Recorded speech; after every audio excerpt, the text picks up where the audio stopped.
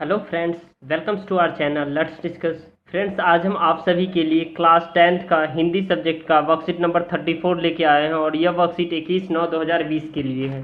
तो यहाँ अपना नाम भरिए, यहाँ कक्षा अध्यापक का नाम भरिए। दोस्तों, इसके साथ मैंने आंसर भी अटैच कर रखा है। तो आइए, आज आपका एक नया चैप्टर स्टार्ट हो रहा है। मानवीय करुणा की दिव्य चमक सर्वेश्वर दयाल सक्सेना ने क्षितिज भाग 2 में लिखा है। तो आइए इसे एक एक करके अध्ययन करते, फिर इसे समझते हैं।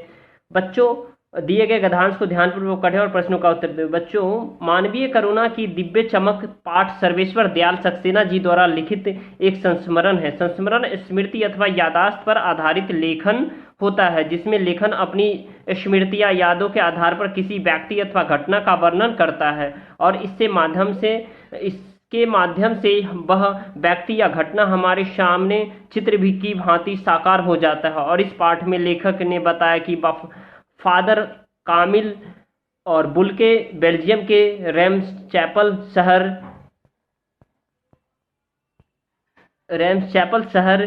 यूरोप से एक ईसाई धर्म प्रचारक के रूप में भारत आए थे, किंतु उन्होंने इस देश को अपनी कर्मभूमि बनाया और यहीं से होकर रह गए। और फादर कामिल बुल्के ने हिंदी भाषा के विकास और प्रचार प्रसार में बहुत ही महत्वपूर्ण योगदान दिया। हिंदी भाषा को समृद्ध करने में इनके द्वारा लिखे गए शब्दकोश का महत्वपूर्ण योगदान रहा। इस पाठ में लेखक ने उन्हें फादर बुल्के के स्वभाव और व्यवहार का वर्णन करते हुए उन्हें मानवीय करुणा की दिव्य चमक कहा है। लेखक का मानना है कि जब तक रामकथा है, इस विदेशी साधु को हमेशा याद किया जाएगा तथा उन्हें हिंदी भाषा और बोलियों के अगाध प्रेम का उदाहरण माना जाएगा। तो आइए इसे जो है ना एक एक करके हम क्वेश्चंस का डिस्कस करते हैं। संस्मरण से आप क्या समझते हैं? फादर कामिल बुल्के कौन थे और उनके भारत आने का क्या उद्देश्य था? तो संस्मरण से आप क्या समझते? तो यहाँ देखिए, संस्मरण क्या है दोस्तों? बेसिकली एक सेकेंड, संस्मरण स्मृति एवं यादाश्त पर आधारित लेखन होता है, जिसमें लेखक अपनी स्मृतियां के आधार पर किसी व्यक्ति अथवा घटना का वर्णन करता है जो हमारे सामने चित्र की भांति साकार हो जाता है। अब क्वेश्चन सेकंड है दोस्तों, फादर कामित बुल्के कौन थे? उनके भारत आने का क्या उद्देश्य? तो फादर बुल्के बेल्जियम के रैम्स चैपल शहर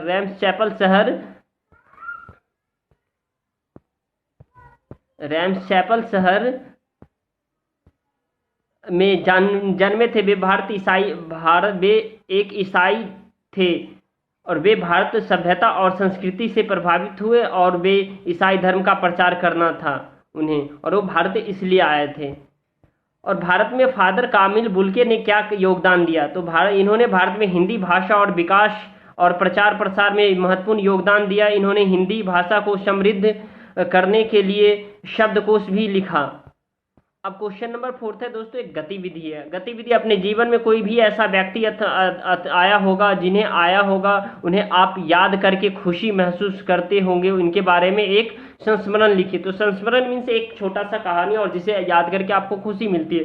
तो ये मैं अपना लिखा हूँ, आप अपना लिख सकते हैं, इसे भी आप लिख सकते हैं। एक समय की बात है जब मैं बाल दिवस के उपलक्ष्य पर अपने स्कूल संकुल संसाधन केंद्र पर भाषण प्रतियोगिता में शामिल हुआ था। उस समय अतिथि मनोज कुमार सर थे। उन्हें देखकर मेरा मन खुश हो गया। वह काफ़ी खुश और ज्ञानवर्धक बातें किया करते थे। वे हमेशा बच्चों को किसी भी भाषा संस्कृति प्रतियोगिता में भाग लेने के लिए अक्सर उत्साहित किया करते थे।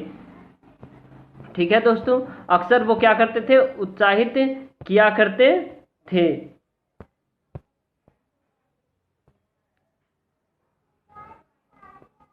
वे अब जब स्टेज पर आकर बोलना शुरू, यहाँ बोलना सही से लिख लीजिएगा दोस्तों,